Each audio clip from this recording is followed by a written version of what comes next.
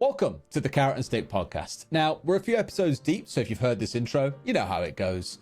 We are here to get under the skin of all things sales management and motivation with sales leaders, individual contributors, and managers to really understand what makes the wonderful world of sales tick. Now, today we're sitting down with Kevin Beales, a longtime friend of mine. We actually met because we had the same investors in his previous business and in my current business, where we've kind of gone on the journey together, seeing each other grow, offering each other advice along that journey. He sold his business not too long ago and got himself out of the company that acquired them. He's now set up a business called MySalesCoach, which, as the name suggests, is all about coaching. A really relevant topic when it comes to sales leadership. I'm sure you guys will agree. Today, we dig into all sorts of things, from how to effectively motivate a sales team whose job is to ring up and be told no 70 times a day, through to how to hire people, including some really good questions, and of course, the really obvious one, a lot about sales coaching as well. I love Kevin, absolute stand-up guy. I'm sure you guys will find some really valuable nuggets out of that, including a book recommendation. So let's get into it. Kevin, absolute pleasure to have you on, my man. You and I have known each other now for a long time, it feels, kind of running the same journey of trying to grow a business back on you at Refract, and me obviously running one up. But now you've reached nirvana for a founder. You've sold Refract. You've gone on to do MySalesCoach, which I think is a wonderful teaser of what we're going to talk about today. Coaching seems to be the obvious go-to topic. Before we go into all that depth, I've got to ask, how does it feel when you sell a business? I think everyone would wonder what it could possibly feel like. Ooh, okay, we're going straight in. You've done it twice now, so you're cheating, but go on. Yeah, so, well, yeah, first of all, amazing to be a Derry, and as you say, we go back a long way, and it's a privilege to have this conversation. So, okay, let me tell you, I don't think I've told this story ever out loud. When I started my first SaaS business, and I told my wife, this is what I'm going to do, and she cried. She begged me not to. And you still did it, you mean man. I know, and now I've done it 3 times. I promise this is the last one. And when I sold the business, I was there as those who have been through the experience will appreciate. I'm in some like lawyer's room, and I phone her up, and she's driving along, and I tell her that the business has been acquired, it's all gone through, and you go through the roller coaster of will it, won't it, and all of those things. And again, she cried, and it was like it just like kind of felt full circle. And it's like it's an emotional it's an emotional moment. You kind of build up and go through that journey, all the ups and downs, and then get to that moment. 2 very different experiences for me personally. The first time my business was acquired, I was supposed to stay there 18 months. I lasted about 6 weeks. Second time round was very, very different. I really wanted to work with the organisation Allego that acquired Refract. Was really excited about what we could achieve together. I'm really excited about the next chapter with them and everything I would learn. So it was 2 very, very different experiences for me. But yeah, it's obviously a culmination of a lot of emotion when you get to that moment. Amazing. Well, maybe I'll be there to experience it one day as well, mate. We'll see. Derry, you know you will. Imagine we're speaking to a very niche audience there, which again, I've really got to now dig into the kind of key part of this. I love asking, the 3 kind of tactical advice headlines we're going to dig into. I think I already know your first one, coaching. We've got to go into that because of Refract and MySalesCoach. You'll have loads of nuggets about that, I'm sure. What are the 2 areas of kind of sales, leadership, management, all the rest of it, do you find really interesting or are you passionate about? Outside of coaching, then outside of coaching, you can't use coaching for number 2 or 3. So I think the first I'm going to say is about hiring and just getting the right people on the team. And it's there's obviously no magic bullet. I definitely think that through a career, you learn lessons there. You go through the experiences that don't work out, try and take something from that, try and create a more robust process. But as much as obviously so much comes down to skills, I do think it comes back to coachability, again, without mentioning the C word again. Yeah, well, I've just snuck in the C words without even trying. But it does, it absolutely does. If you haven't got, and we've developed over the years a few ways to try and test coachability as part of the hiring process, and try and how can you ensure that you've got someone who is, who's coachable and curious and all of and all of those things. And then again, it's really, really cliches, but so much about the culture, and wanting to create obviously very diverse teams. Is that your number three, or is that part of the hiring point? That's part of the hiring, really. Yeah, Okay. I'd be cheating. Yeah, like, so you're wanting to make sure that you've got obviously very diverse teams, that people are very, very different, and that you're not trying to create a single mold, but the kind of no egos, good people with good values. Those are things that for me are just like absolute red lines. You cannot compromise. I do want to dig into that bit, because that's a really interesting point for me that I love talking about as well. What would you say for number three, and then we can start digging into these one by one? So for me, number three is that hiring people, particularly in AE BDM roles, who are totally capable and comfortable with their own prospecting. That although creating teams where there are SDR machines, there are marketing machines that are feeding and creating hopefully great opportunities and making people successful, that those aren't relied upon. If you have a team of AEs and BDMs who are totally capable of being self-sufficient, then you take away that point of failure, you take away that risk, you take away that, if you like, excuse of not getting enough opportunities, not getting the right kind of opportunities, that people can succeed on their own 2 feet, and that trying to create an environment where SDR and marketing opportunities are considered the bonus, although they become integral to the business model, they are considered a bonus rather than an anticipation and a reliance that has to happen for someone to be successful. Got it. Interesting. Is that your third point of tactical advice? It's kind of a hiring piece as well. I'll give a third one. I think, so I guess it comes back to that lot hiring, but it's about creating teams that are capable of that and keep that muscle memory as well. So so not to create teams. Yeah, like, so we used to do a lot of refract, particularly where talking about bigger size teams than we have at MySalesCoach today. We used to make prospecting still a key part of that. We used to do prospecting days. We used to have a lot of fun with creating games and fun and rewards around prospecting, not because it was necessary that those were your best prospectors, or even that that was their strongest skill set, but that you kept that muscle memory. There was a real appreciation of what it took to prospect, and I think it just made a more appreciative environment, that people respect the role that SDRs do if that still becomes part of their role, even if it's not necessarily a part of the business model. Okay, let's run through. We'll do hiring first, then we'll go into coaching, and then we'll do the motivating teams point, because that sounds really good to me. And what we'll do is we'll roll the kind of like team building into the hiring point, and those three areas, I think we'll get tons of nuggets out of those, which sound great to me. I'm with you. Starting at the beginning, before you can coach anyone, before you can motivate anyone, you've got to hire them, right? Yeah. So again, you've built 2-3 companies, and I'm sure you've assisted in many, many more along the way. When it comes around to hiring, let's start at the very beginning of when you're going out to market and starting to look at people. What are the non-negotiables, or the things that you really keenly look for when you're trying to find candidates that are going to be able to fit in your team?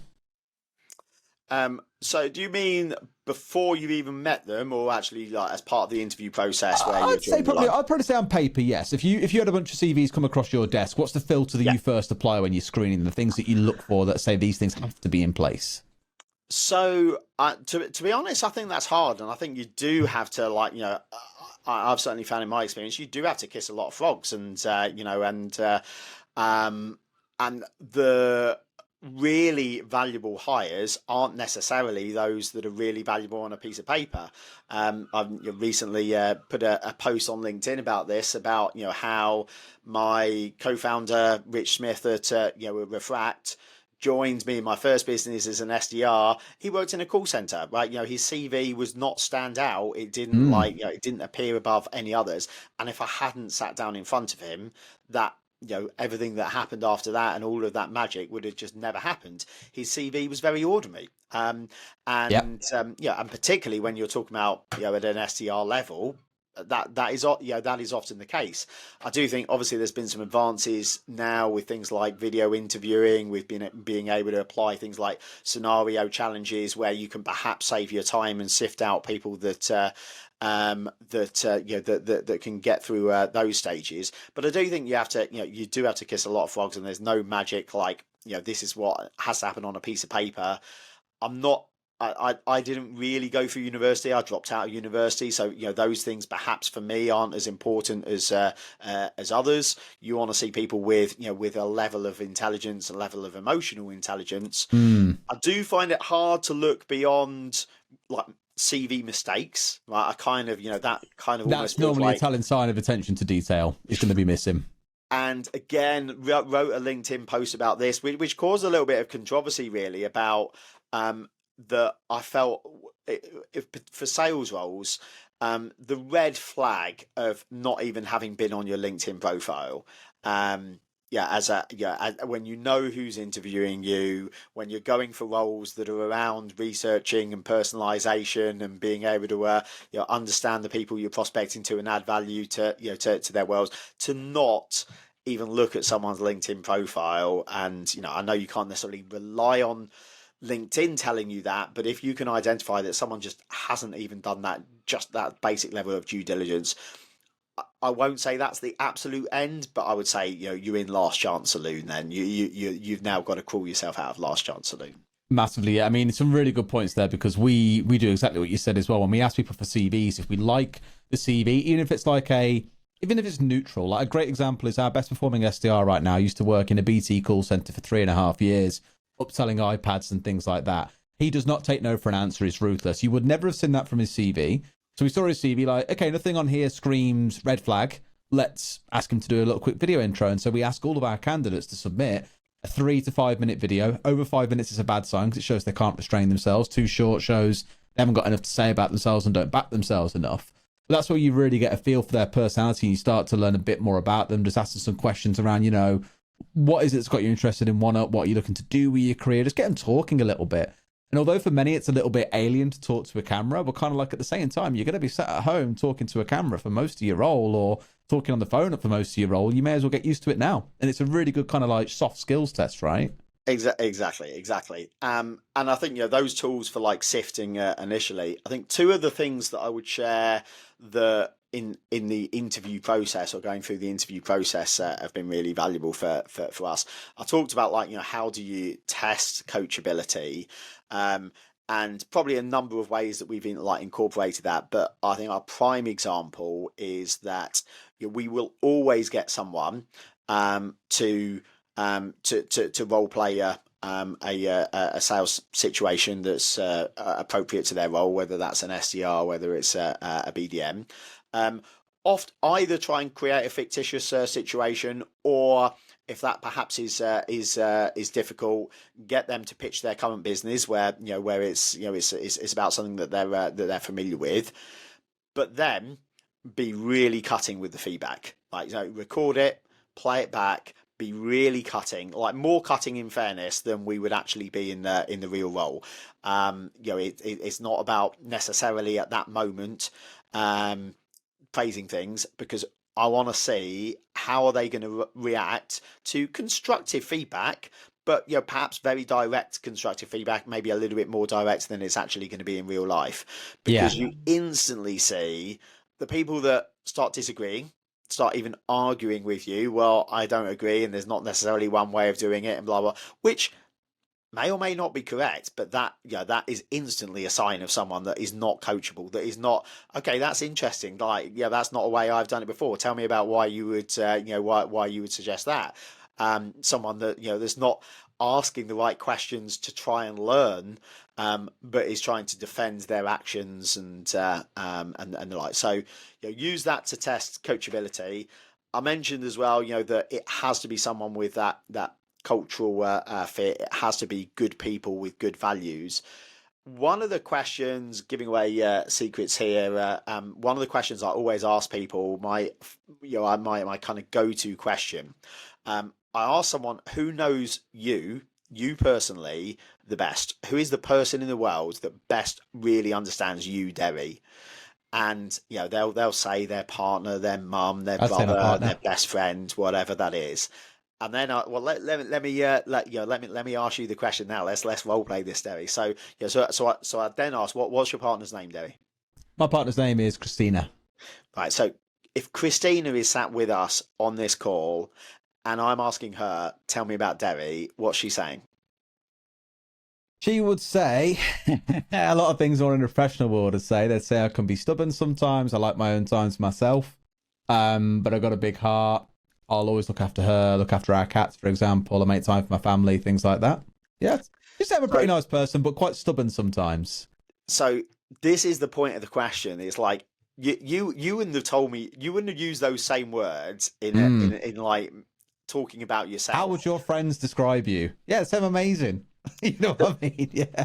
But you talk through a third person, and you actually, and I think, even just giving it, I found like over time, even giving that, making sure that person has a name, making sure we're really like in that moment of that person is talking to me rather than you. And people say and use words that they just wouldn't use, both in a really positive way that they wouldn't want to come across as being so self-indulgent themselves, or in a way that it is like they do. I'm stubborn. Like I'm you've got to be stubborn to be an entrepreneur. That's what I always say. And maybe you've got to be stubborn to be a salesperson as well. Persistent, right? But these aren't words that people would choose to use themselves at interviews. And very true. It's starting to understand someone's real you. And I'm like, you're really clear. Look, the reason I ask this is I don't want to know the professional you. I don't want to know the interview you. I want to know the real you. And why that's important, and why, and why those values are important. So who knows you best, Kevin? What's their name? Ooh, do you know, I've used this question 100 times at minimum, like probably many multiples of 100 times, and only one person ever asked me that. Only ever one person ever like span it back. So you're in the top. You're in the top two. Yeah, you're in the top two. I wasn't the first though. Damn. I mean, I'm asking you the question seriously as well. I want to get to know my guests. So who knows the real me best? I'd go with I'd go with my wife Helen. How would she describe how me? would Helen describe you?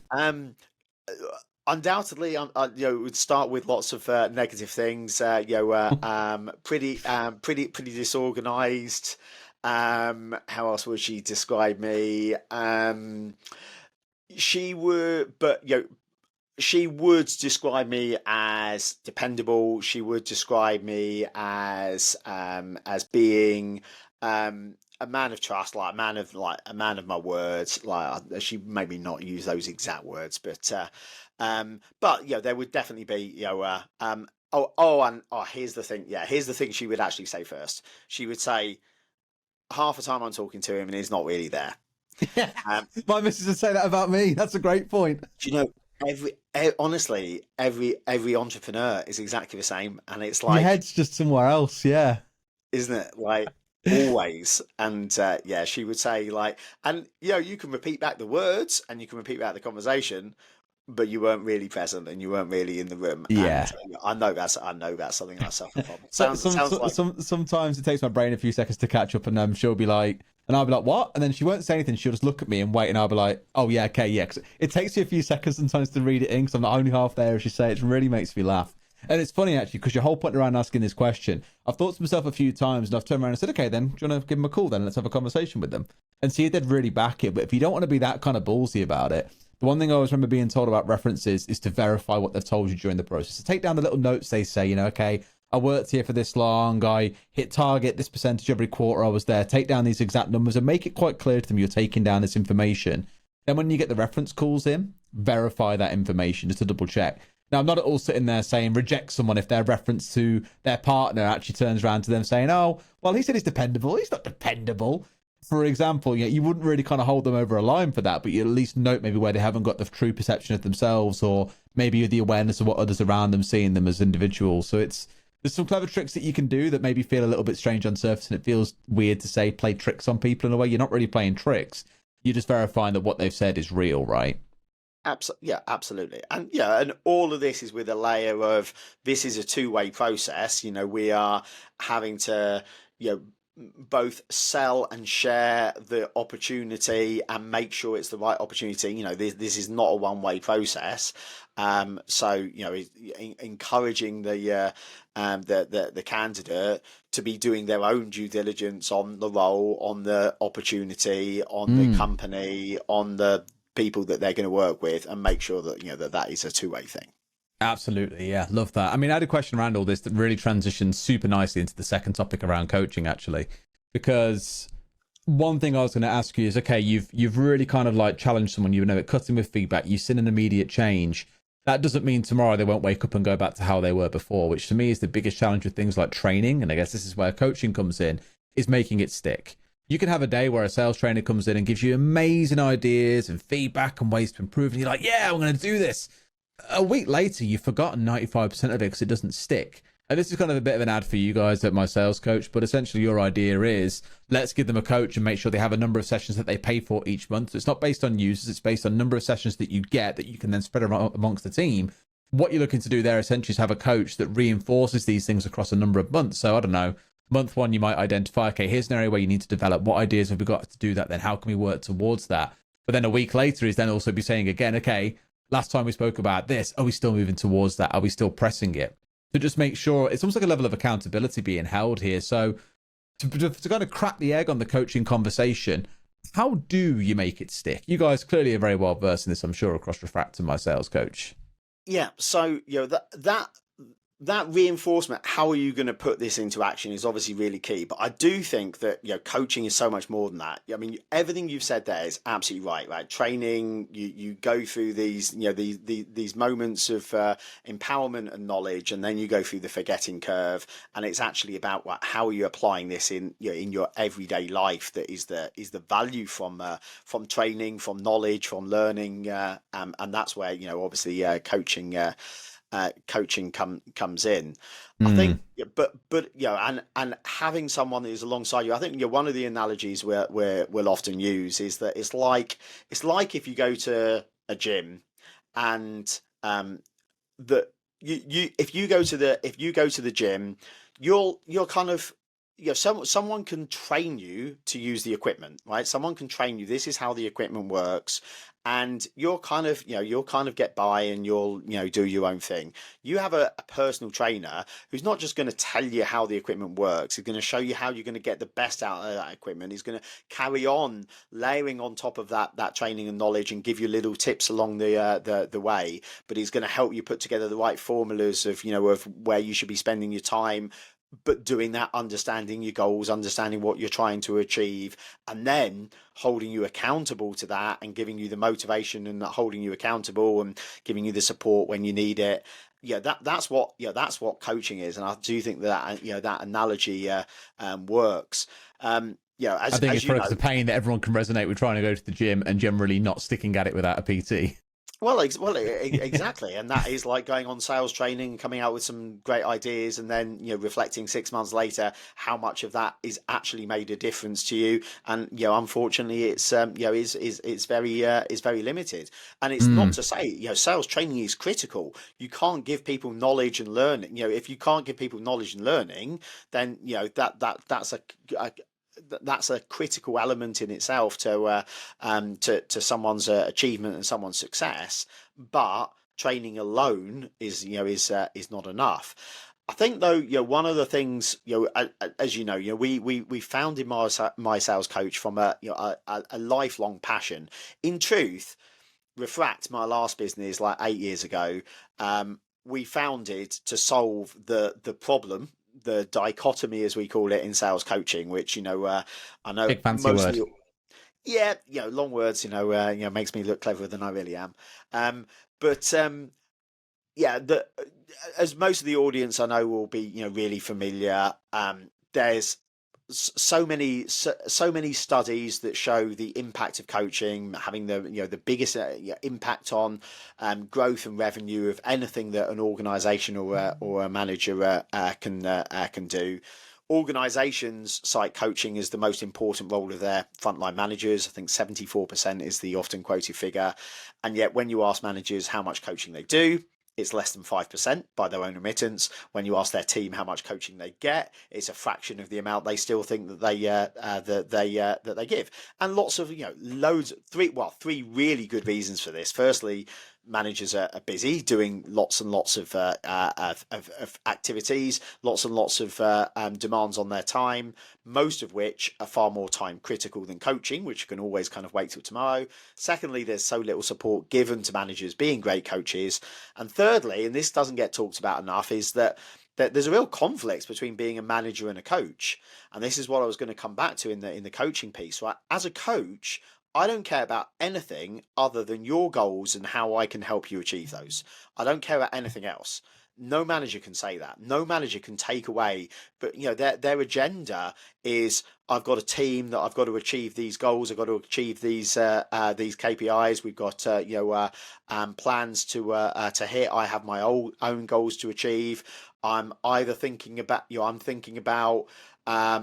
as an individual within the context of my team. Is this, are you going to work out what are your strengths and weaknesses that matter to me and matter to my goals? There's a conflict. There's a conflict between being a great manager and being a great coach. And it is impossible I think it's impossible for managers just to come into that conversation totally without agenda in the way that a coach can. And the coach can make the agenda all about the individual. And I tell you where we've seen that in a way that's even surprised us, having lived in the last 8 years with the passion for solving this problem in coaching.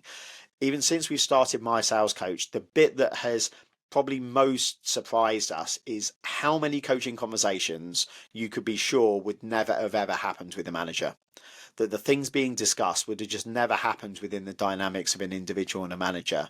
And just seeing the scale of that has really underlined for us that difference between managing and coaching. I think the real beauty in the difference between having even a coach externally, and I promise this is not a sponsor segment by my sales coach just to talk about them, for example, here. But I guess the beauty in terms of having an external coach is ultimately, you're not worried about being vulnerable to this person. If you're vulnerable to your manager, some probably fear there could be repercussions for that they might get fired, for example, as the manager has that level of power.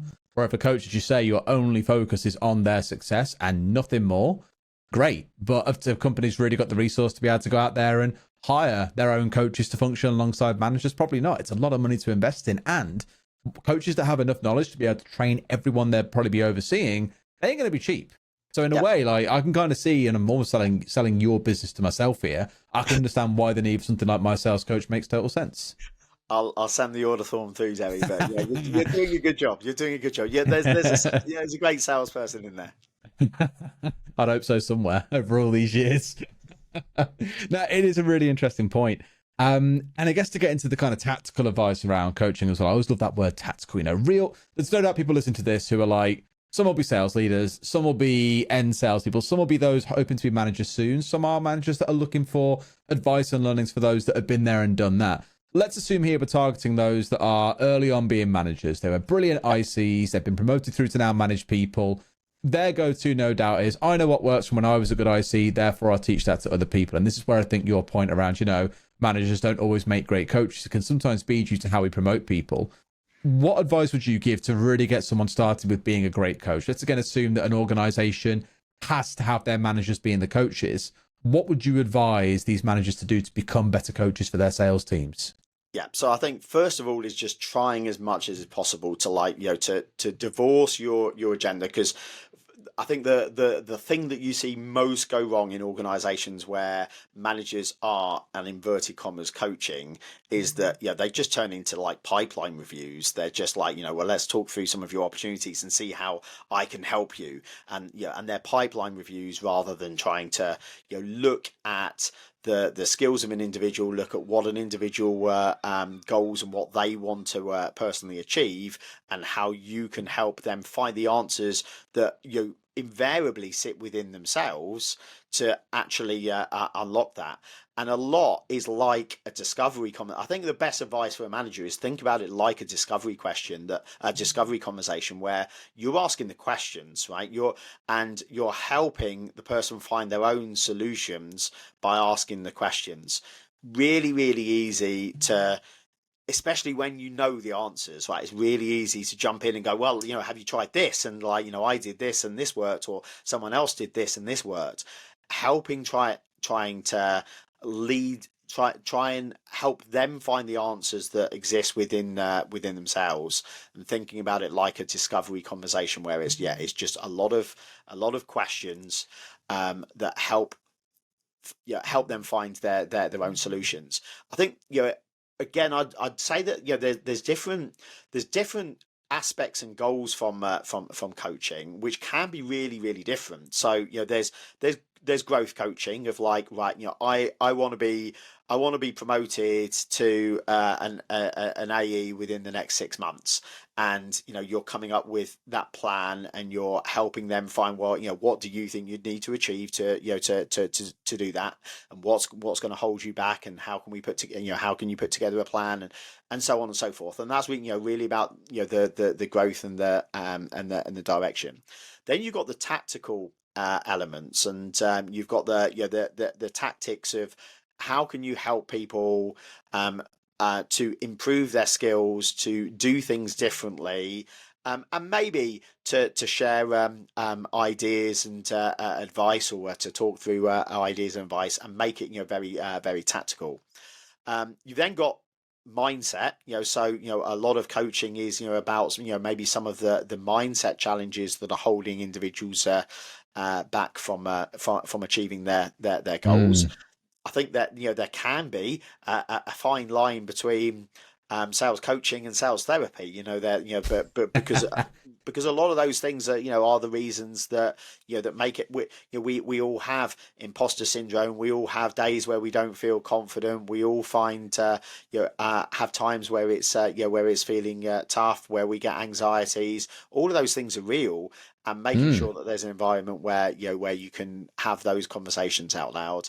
And then there's just the in the moment stuff, right? This is something that's happening in my world where I need help, and that can be deal coaching. But again, I think the difference between deal coaching and pipeline reviews is kind of quite key, because pipeline reviews, really, for a manager, that's about me, right? That's about, I want to know what's coming. I want to know what I can forecast. I want to, maybe I want to help you achieve the best, but it's my agenda. Whereas deal coaching of, how can we talk through your opportunities, and where can I help? Where are you worried? What blind spots have you got? Things like that. Yeah. My understanding generally always is a coach is there to ask questions and really to help you get to an answer. It's not to say they don't come there with answers of their own. If someone's going, look, I really don't know what to do about A, B, and C, and you say, oh, okay, well, have you thought about trying this, this, and this? Go, yeah, I've tried all that. And then being able to say, okay, here are some ideas that I've got that maybe you could think about. Again, ultimately, I'm not prescribing it to you. I'm telling you, here's what you could do to go away and think about this, right? Which I guess for some, they need to really understand that difference. And I think that definition of coaching isn't one that many kind of hold in their heads. They kind of see it as managing in a way, just with a fancy term wrapped on top, with someone that's a bit more high energy maybe, right? But that asking questions and helping guide you to the solution, absolutely with you on that front. Totally. And I think the big problem for managers, and where I have so much sympathy for managers who are really busy with all these responsibilities, is if they've never had a great coach, how the hell would you know what great coaching looks like? So and unfortunately for most of us in our sales careers, that's probably true, and that's true of most great managers have just never experienced great coaching still. So it's a missing skill set. Awesome. Love that kind of stuff. And again, let's assume someone wanted to get started with this. What resources would you generally recommend? Are there any books out there that you kind of go to encourage someone to learn more about being a coach? Because there's plenty of books out there on being a better manager, being a better leader. But what about being a coach? Yeah, no. So a couple of books that I would recommend. So there's a guy called Keith Rosen. Keith is often seen as a little bit of the authority on sales coaching. He's definitely dedicated his life to the discipline of sales coaching. He's got a couple of books that are excellent. Kevin Rosen was that? Keith Rosen, ROSEN. Keith Rosen, sorry. Yeah, sorry, yeah. Got it. I definitely recommend those. There's also one called that I quite like, which is called Coach CRM. Coach CRM kind of like takes someone through the story and gives them actually practical examples and almost like role plays coaching conversations, and that's quite illuminating as well. Those are the two that I would most point people towards. Coaching salespeople into sales champions, a tactical playbook for managers and executives. That feels like some nice light-time reading for me, potentially. there you go.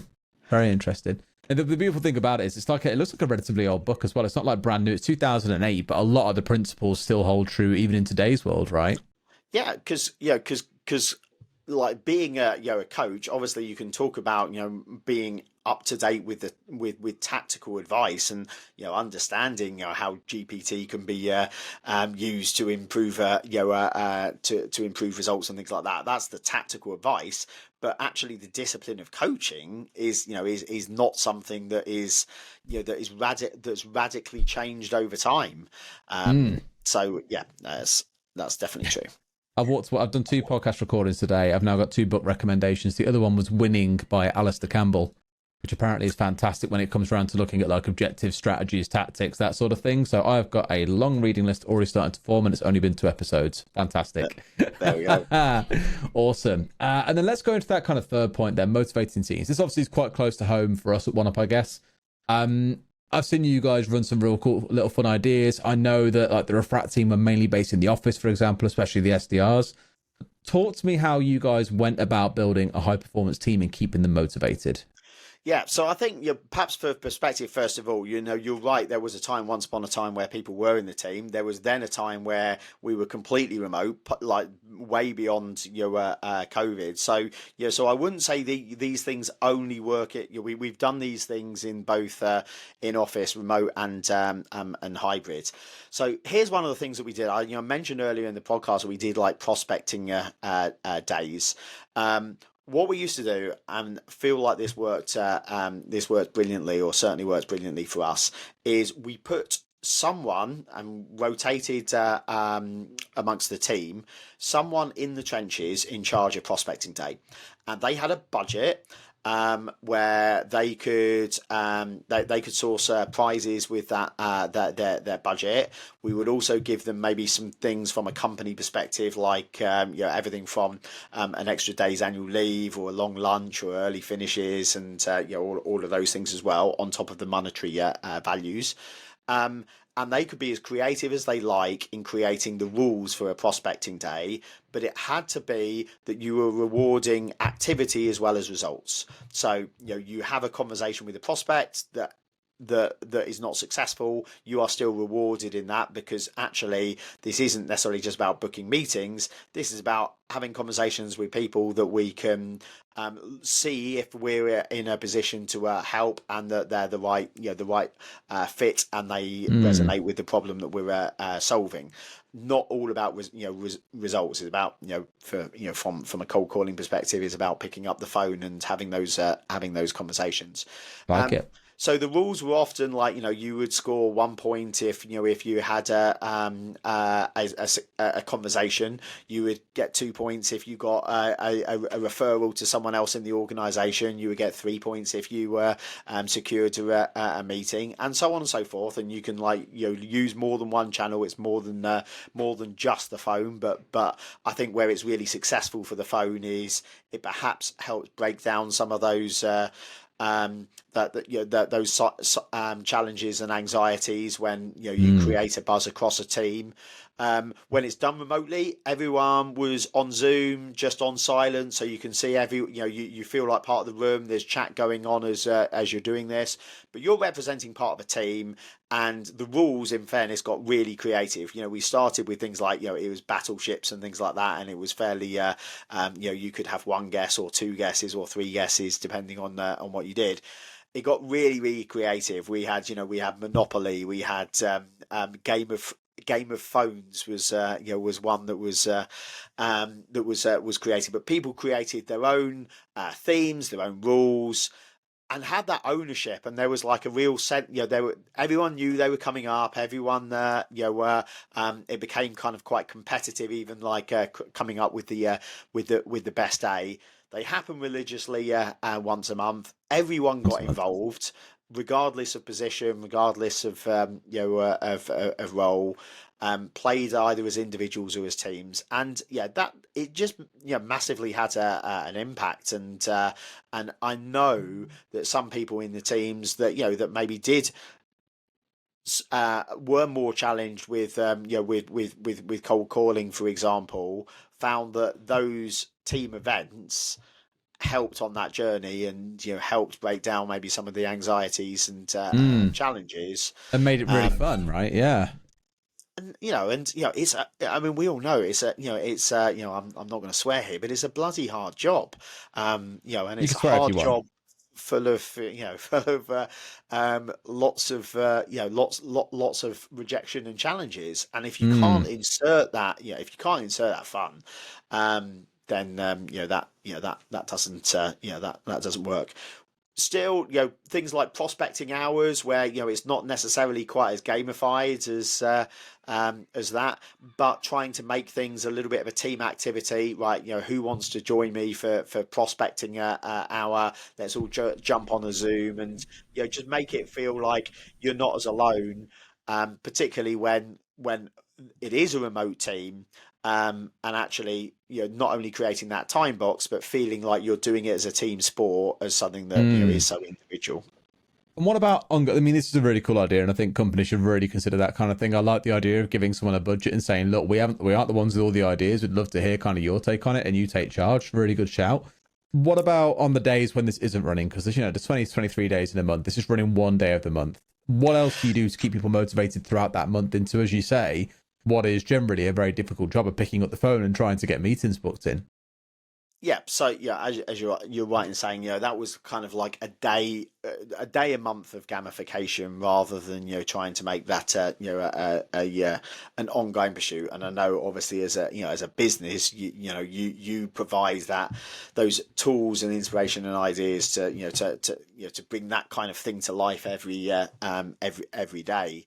I think, again, like, how do you ensure that happens, that you can provide that motivation and that support on an ongoing basis?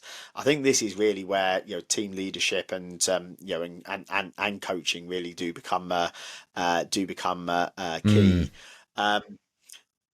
Obviously, Refract was all about capturing those calls and conversations and being able to coach those calls and conversations as well.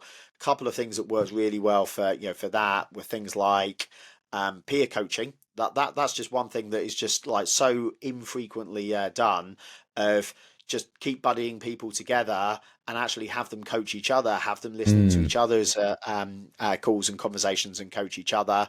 We used to be religiously do team coaching sessions, but invite people beyond those teams as well. So we would do SDRs, we would do AEs, but we would invite SDRs to join the AE session. We'd invite people from other departments to get involved and actually get involved in those conversations as well.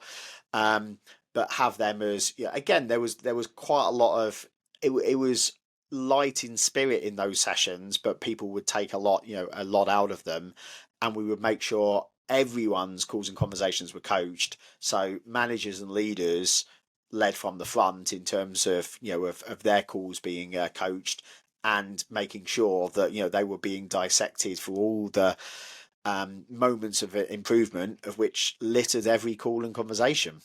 Absolutely, yeah. I think, like, in a way, what you're speaking about there, it's it was a really interesting study that we came across about 3 months ago, where it was looking at what it is that salespeople look for when they're looking to move jobs. And many would default to saying, oh, money. Like, obviously, the top three, money was actually number 3. In first place was culture. So the kind of thing you were speaking about in terms of making these fun days and showing it's a lot of fun and all that kind of stuff was number 1. And second was ultimately management effectiveness. So if the reasons why someone is motivated to stay in a job and deliver well is largely one, because of culture, as you've already mentioned, but second is making sure that you have effective managers. Again, I feel like this whole episode is becoming a massive ad for MySalesCoach at this point, but it is basically how effective are the managers at coaching and guiding you to be a better salesperson, right? Yeah, absolutely. And like motivation doesn't look like bags of cash or, I don't know, fun all the time. It can be, motivation can just be showing that they're supportive and cared for, or supported and cared for, sorry. Exactly, and as you say, there's multiple layers of what makes the right culture for it's not, and it's certainly not a tick box exercise, and it does become really cliched. But I mean, at Refract, and we're really fortunate being able to say this. I think I'm right in saying, someone might correct me on this, I don't think that anyone in the sales team, and it's very similar in other teams as well, ever left through the front door. Now, we were fortunate that we were growing, and that created lots of opportunities and whatever as well, and people could pursue their career goals within the organization. But I still think that's something that we should be immensely proud of, that we clearly got lots right. I know we got lots wrong as well, but we clearly got lots right in terms of culture, that it was a place where people stayed and where people wanted to progress their careers, because as I say, it's not all about money. And as a business based up in Newcastle in the northeast, we weren't necessarily the people that would always be able to offer the most money. Oh yeah, absolutely spot on. Yeah. Well, we are almost at time as well. We'll just past that 45-minute mark. So I want to ask my kind of closing questions here as well. And I briefed you earlier on. You had two in mind, I'm pretty sure. We'll start with the positive one first. What's a moment you're most proud of when it comes to sales leadership or sales management? What is a moment I'm most proud of? So you did brief me before that I can't use the cliched team. You can thank Dougie at Sourcewell for that one. He was the one who really broke the camel's back after the third person in a row that said it. Now, we'll assume by nature you're very proud of all the careers you've helped develop and create, and seeing people go on to flourish is always really fulfilling. What else is there? Yeah, I'm just making that point for all the people that have worked with me previously that are going like, why the hell is he not, is he not even Is he not proud of me? He is proud of you. Exactly. You're just not allowed to say it here. I'm proud of you all. I think, and I know a lot of people, on the audience will really resonate with this. We battled against some really big competitors, and Gong, Chorus, yeah. Yeah, not exactly like small companies out there, some of the biggest SaaS platforms in the world.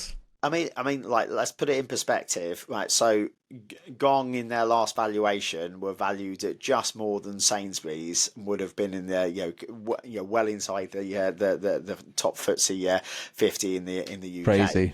And we're really great at what they did, and great products, great marketing, and obviously deep pockets, and being able to like punch above your weight. And I know lots of people, I'm sure, listening to this podcast are in exactly that situation where you just have to punch so far above your weight to even have a voice in that in that market, to be able to have that differentiation, and to have levels of success. I think that is probably the thing that I'm proudest of as a sales leader.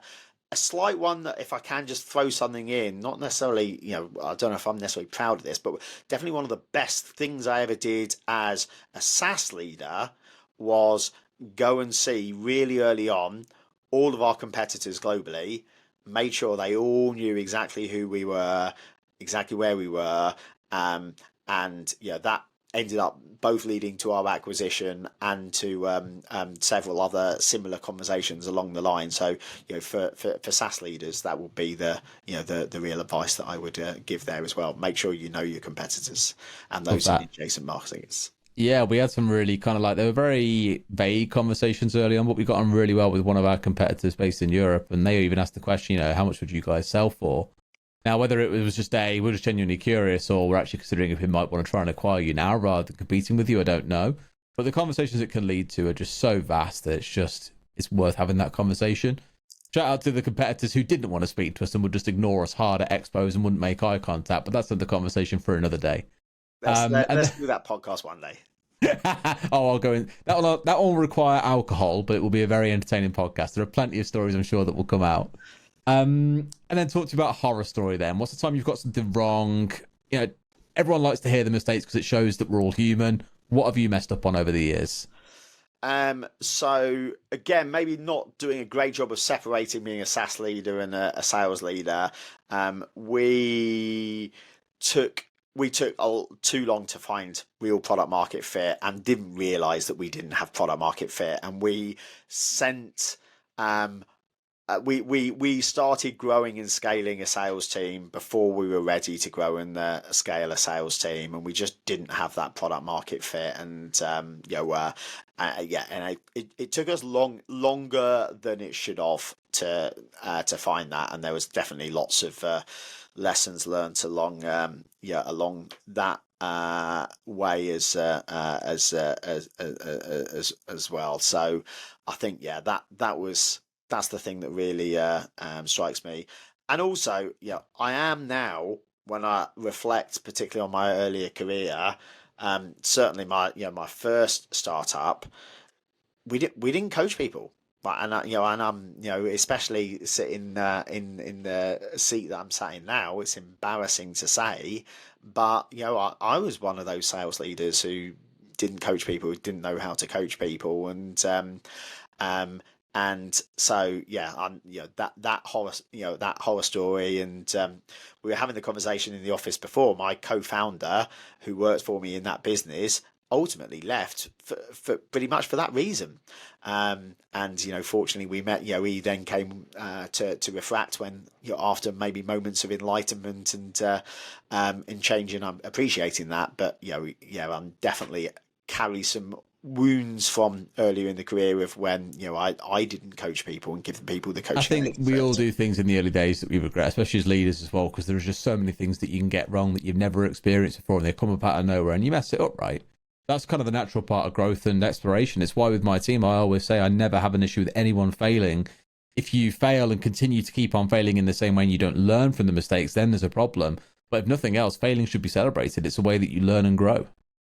Absolutely. And when we do the podcast with alcohol, I'll also include the story of where we accidentally upset Manchester's Mafia and the challenges that led to. But that's the one with alcohol. So that's the story over a beer for me and you first and foremost, to see if it's safe for air, huh?